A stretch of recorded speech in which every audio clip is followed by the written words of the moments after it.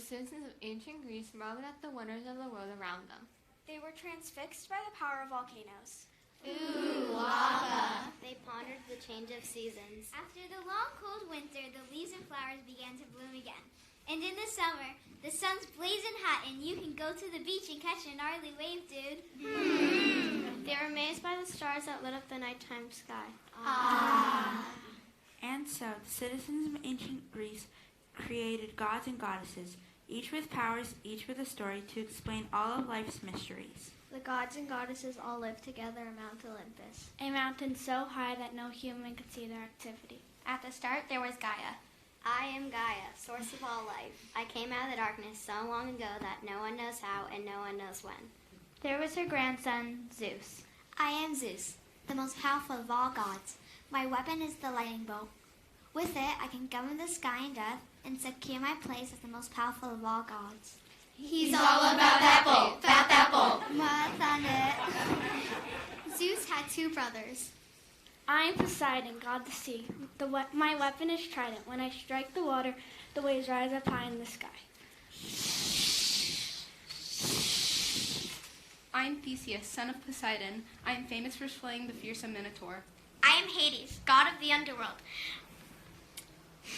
My weapon is a cap of invisibility. When I wear it, I can move around without being seen. I am Demeter, the goddess of fertility. I tend to the fields and flowers with my daughter Persephone. I am Hestia, keeper of the hearth and tender to all fires in the world. I am Hera, goddess of marriage and family. I am also Zeus's wife. Zeus shared his throne on Mount Olympus with his brothers and his sisters and all their children. Together they served as the major gods of ancient Greece. You should have seen their family reunions. I am Ares, son of Zeus, god of war. I'm always very busy and keep my sword and shield at my side. I am Aphrodite, the goddess of love. People love to take my picture.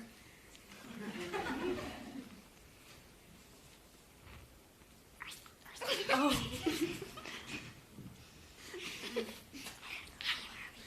I am Hermes, herald and messenger of all the gods. Hey, I just bring the news, I don't make it. I am Persephone, daughter of Demeter and goddess of spring. It's nice to be back from the underworld. More on that later. I am Athena, goddess of wisdom and art. I am a real headache to my father Zeus. I'm Apollo, son of Zeus and god of the sun. You can thank me for all your lovely tans. I am Dionysus, the youngest of the gods and the god of wine. I'm so popular that I get invited to all the parties and celebrations. The gods and goddesses had a wonderful time on Mount Olympus. They feasted on ambrosia and nectar, which heightened their immortality. Eat up. But in addition to all their powers, the Greek gods and goddesses had many human flaws, including jealousy, curiosity, and greed. The people of ancient Greece worshipped these gods and did their best to keep them happy. They believed that if there was a thunderstorm, the gods were in the middle of a heated argument. And if it was sunny, that meant the gods were getting along. Though the gods could never climb to the top of Mount Olympus, the gods would often descend to earth disguised as humans or animals. They were mischievous and couldn't help but cause trouble. Who, us? Today we share 3 stories. All of them lessons about what happens when you anger the gods. We proudly present the Greek myths.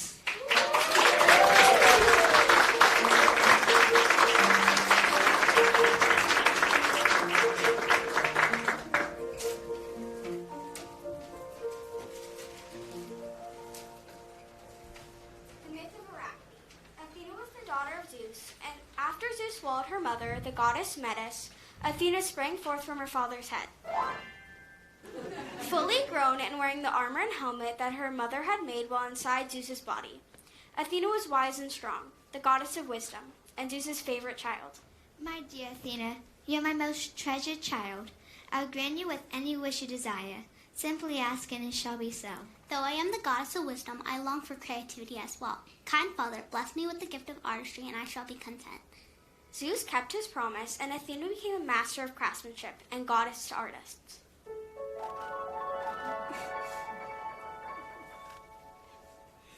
She was the inventor of the loom and presented her gifts for all of mankind to enjoy. With this invention, I can create the most exquisite tapestries using colors from the universe and threads sprung from the softest clouds, red from the sunset and blue from the night sky.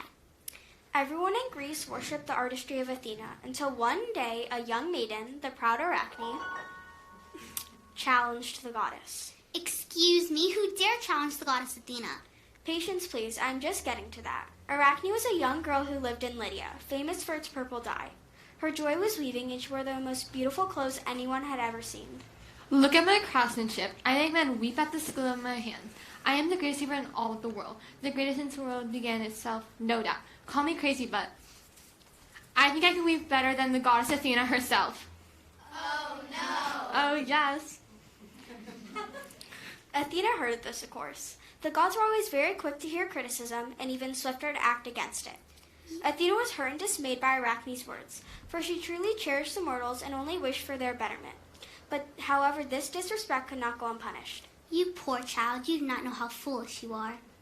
Athena disguised herself as an old woman and went down to earth to Arachne's house. She met Arachne and gave her the opportunity to correct her mistake.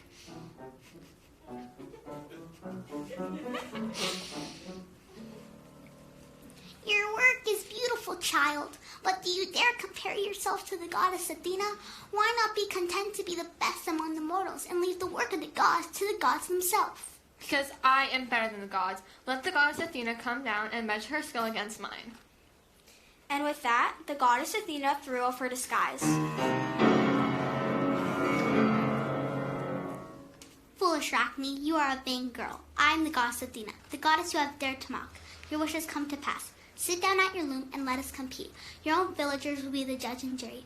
7 days from now, we will have a contest. You shall set your spindle in the meadow, and I shall set mine in my place, and we shall have a contest. If you win, I refrain from any punishment. If I win, it's your life. On the day of the competition, Arachne and Athena sat at their looms and began their work. For days the two spun their crafts. The villagers came from near and far to witness this magical sight.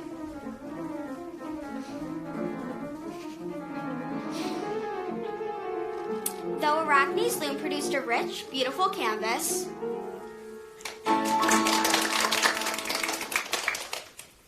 it was no match for the goddess Athena, who seemed to weave the very sky into her fabric.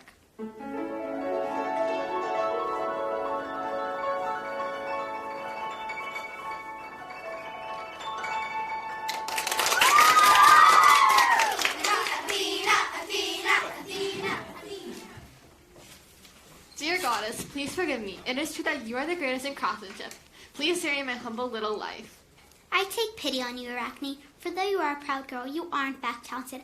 I shall spare your life, but since you enjoy weaving so very much, you must live your life weaving forever, so that you may never forget the fate that befalls on those who challenge the gods.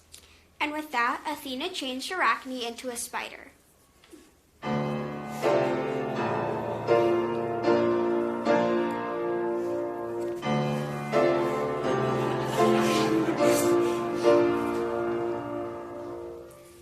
Go on, you foolish girl. Weave and spin your thread in your empty net forever!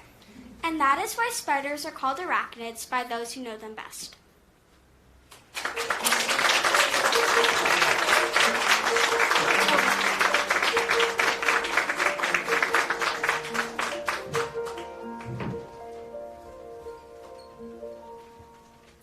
The myth of Daedalus and Icarus.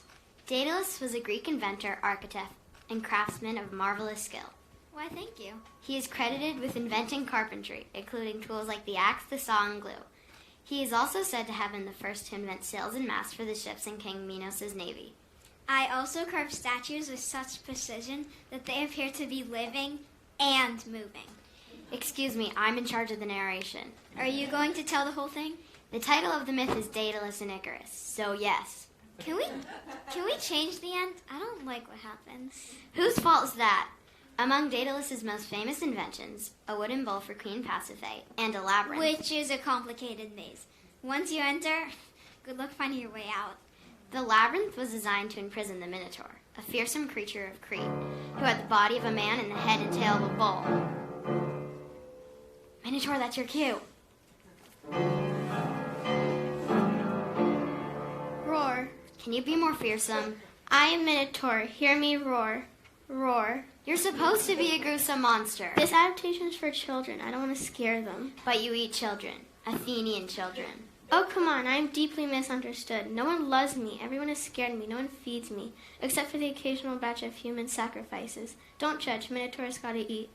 Regardless of the creature you see on the stage before you, the Minotaur is terrifying, pacing around the center of the labyrinth, always angry and hungry.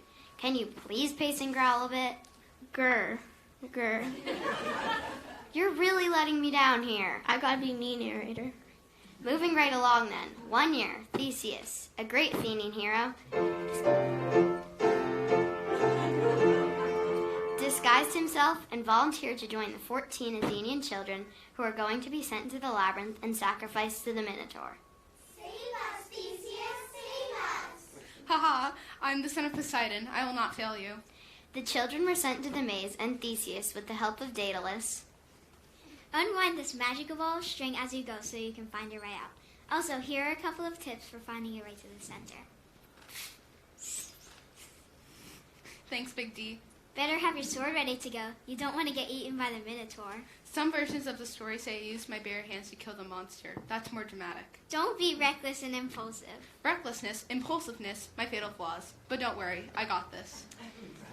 Theseus wandered into the labyrinth, the sounds of crying, terrified Athenian children echoing throughout the dark and endless maze.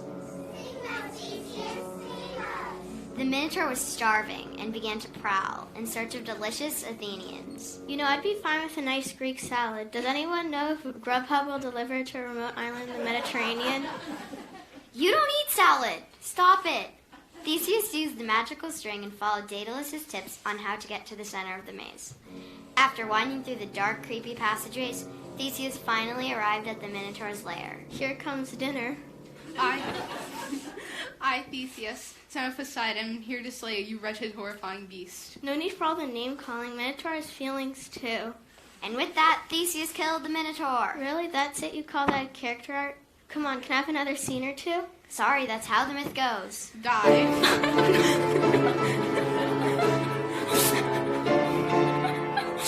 Take it easy. I'm dead. Sheesh, no respect.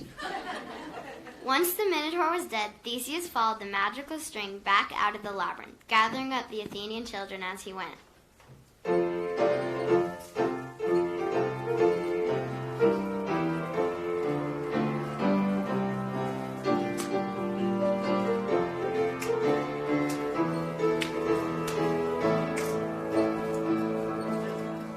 He boarded the ship with the children and King Minos' daughter, the Cretan princess Ariadne.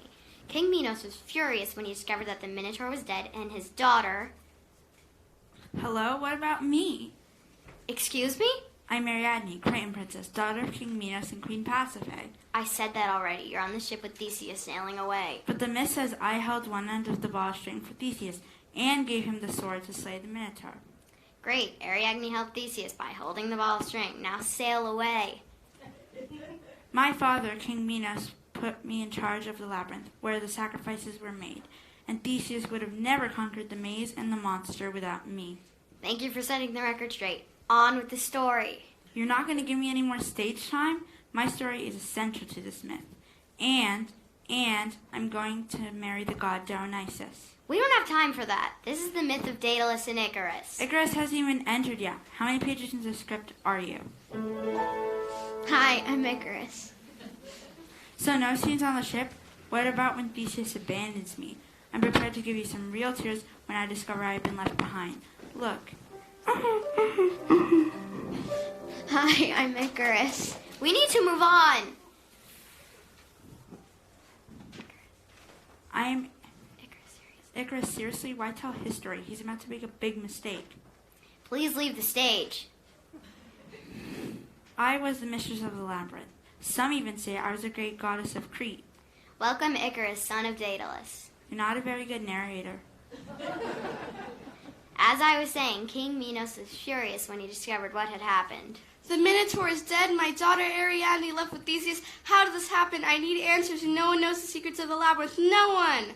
No one, that is, except the brilliant designer of that magnificent maze. Who? Who are you talking about? You know who did this? Starts with a D, ends with an S, and rhymes with... Rhymes with what? Come on. Daedalus. It's Daedalus. Daedalus, did you help Theseus? I gave him a ball of string. A magical ball of string. I must punish you and your son. Hi, I'm Icarus. I know who you are. I love the labyrinth you designed. Really amazing work. But you have betrayed me. You will now be imprisoned in the labyrinth forever. I know the way out. My men will close the entrance. My ships will guard the sea. There is no way for you to escape. With that, King Minos departed, leaving Daedalus and his son Icarus in the labyrinth with no way out.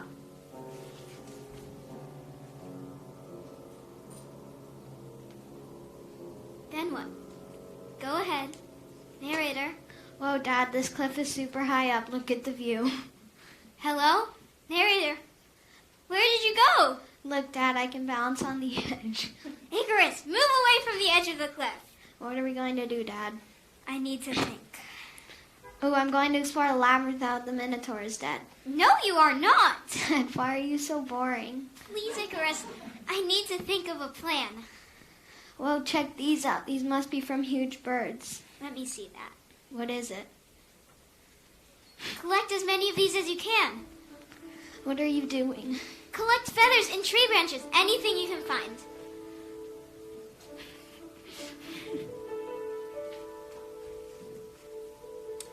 For days, Daedalus worked, using bird feathers, branches from trees, and wax to build his latest and greatest invention.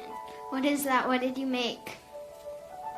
Whoa, wings. Come here, let me help you fit these onto your back.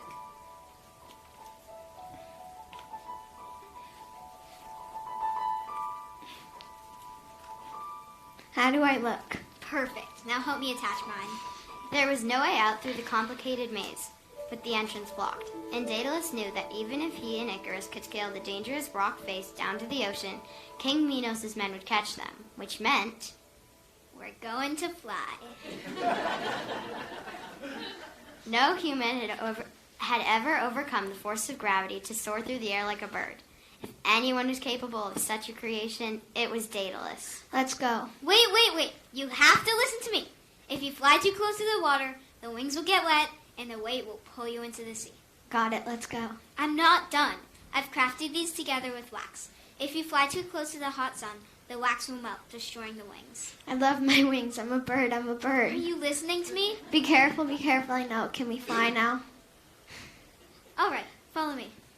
And for the first time ever, humans took flight. Whoa, Dad, look at me. Haha, yes! Down below, the citizens of Crete looked up and witnessed this impossible sight.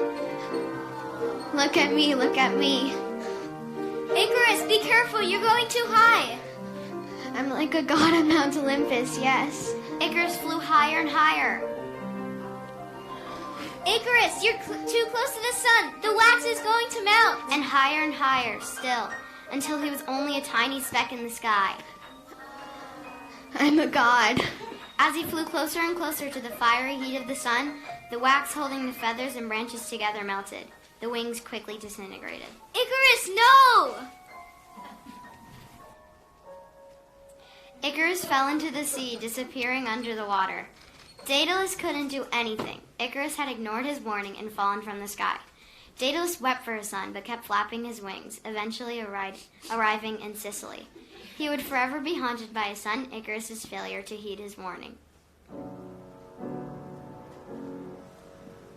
Well, that was fun. Ariadne, you're still here? I never left. I've been sitting over there the whole time. This myth is over.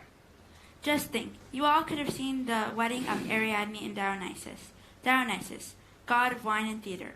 That was a good reception. But no, narrator here insisted on the sad ending.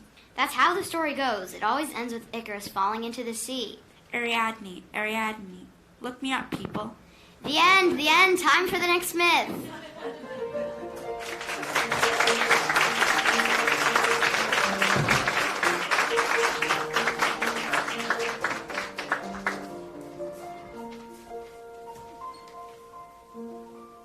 The myth of Persephone, as the goddess of fertility. Demeter was in charge of all the fields and crops, and assured the earth of good harvest and abundant life. Zeus was very fond of Demeter and appreciative of all she did for the earth, and so he made Demeter his wife. Together they had a beautiful daughter who they named Persephone. Persephone brought Demeter so much joy that she never let her daughter out of her sight. When Demeter went to the earth to look after her fields and trees, she brought Persephone with her. Come, Persephone, my cherished child, let us sprinkle the flowers with the dewdrops of heaven. Persephone was raised among the flowers and was even told that she looked like a flower herself. It was she who named all the flowers in the world. Since you are as bright as the sun, you shall be called the sunflower. You are as delicate as the wind, and I shall name you Daisy. She would dance and laugh in the fields, and with her laughter came much happiness and sunshine from the gods.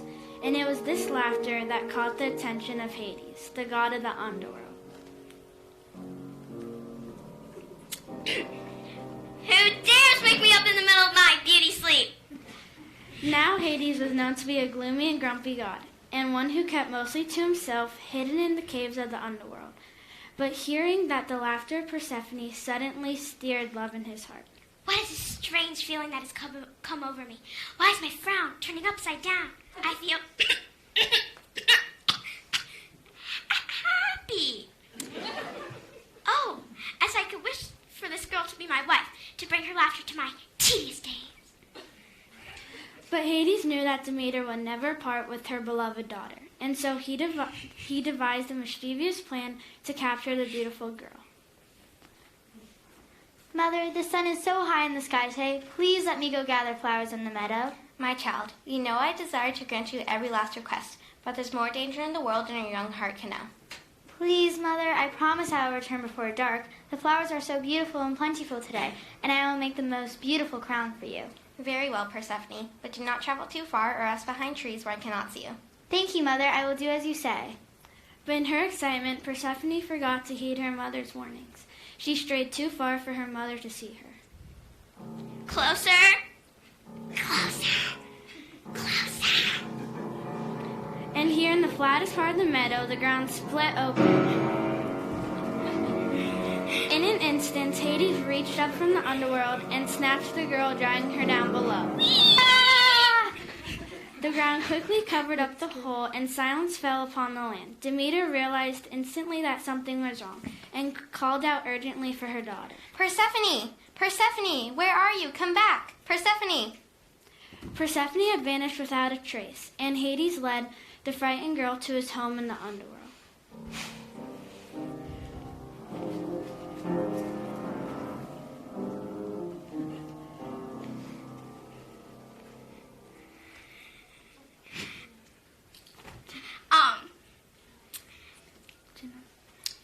Do not be afraid, Persephone. You will be happy here. How can I be happy in such a home as this, where the sun will never again touch my skin? I will give you anything your little heart desires. I will give you a throne of black marble and all the jewels you could ever want. You shall be the queen of the underworld.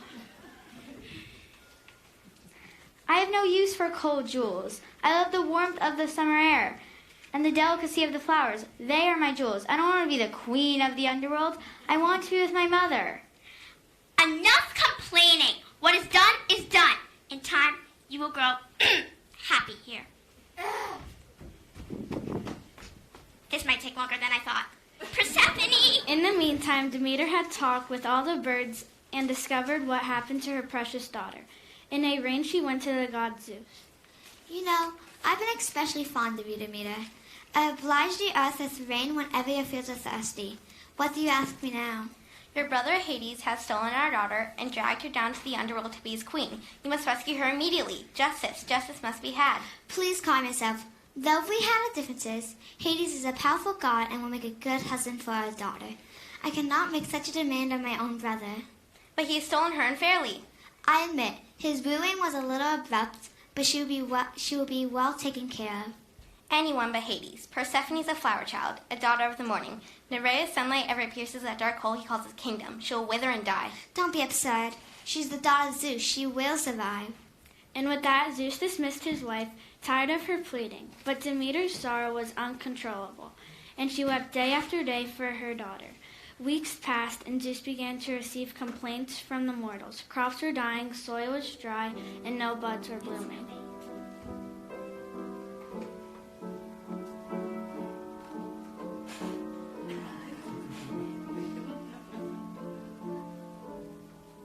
I realize that I may not have been entirely fair. Can we find some compromise? As long as my daughter is away, I'll weep. As I am the goddess of fertility, nothing will grow, no tree will bear fruit, and no grass will spring. I'll mourn, and the earth will grow as dry and shriveled as my heart. Somehow, I don't think that's going to ease the mortals. Very well. She'll be allowed to leave Hades as long as she has not eaten the food of the underworld. If she has, you'll understand there's nothing I can do. She will have to remain there forever. I'll send Hermes down to rescue Persephone and bring her home to you. I'm certain she's not eaten. Her soul will be too heavy to eat. But in fact, Persephone had been growing weak with hunger. And though nothing grew in the underworld, there was one single tree that bloomed in Hades' garden. Come, Persephone, taste of my pomegranate tree. This is very generous to share the fruit of your only tree. Perhaps I have underestimated you after all. In truth, the cunning Hades knew that once she had taken a bite from the pomegranate, she would never be able to return home to the earth's surface.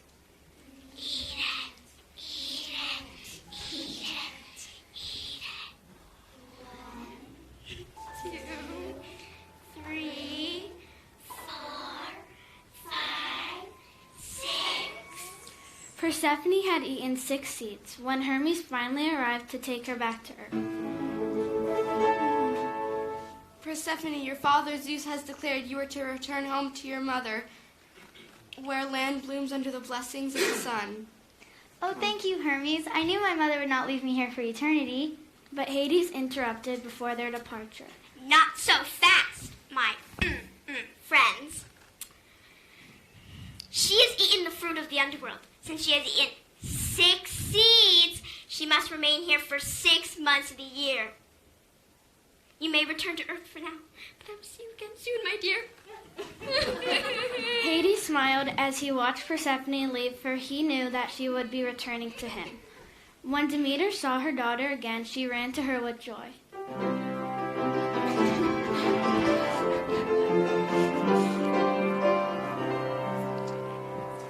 My dear daughter, never again shall we be parted. Together we shall make nature bloom all year round. I'm sorry, Demeter. It cannot be. She has eaten of the pomegranate. 6 seeds. I'm so sorry, Mother. I will have to return to the underworld for 6 months every year. It is my punishment. My dear daughter, how I shall cry without you. Do not cry, Mother. We shall be happy for the time that we have. You have raised the daughter well, Demeter. Persephone is wise beyond her years. Listen to her advice, and let us put this drought and famine to an end.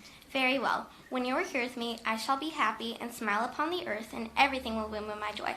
But for the 6 months that you are gone, I shall weep, and the earth will weep with me. During that time, nothing shall grow, and the land will be as hard and dry as my heart. And that is why there are seasons, and why summer and winter are as they are. For when Persephone returns to her mother in the fall, the spring and the sunshine shines. And when she returns to Hades in the fall, the earth must sleep under frost.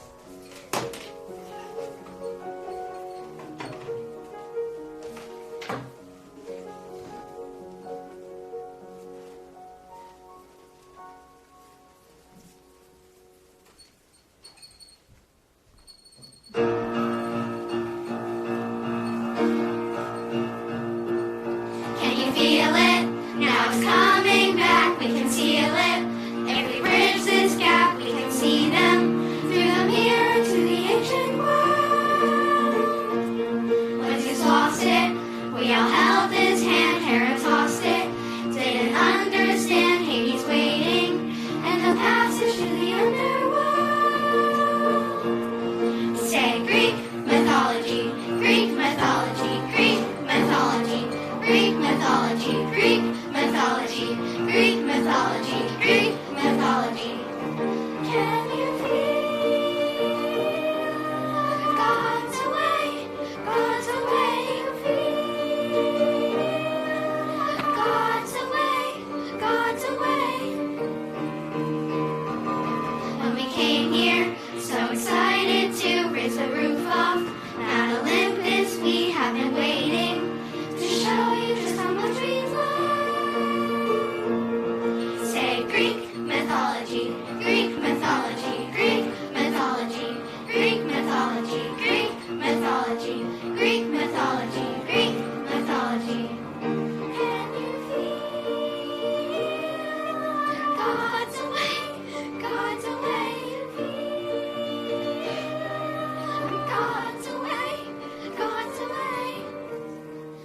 just the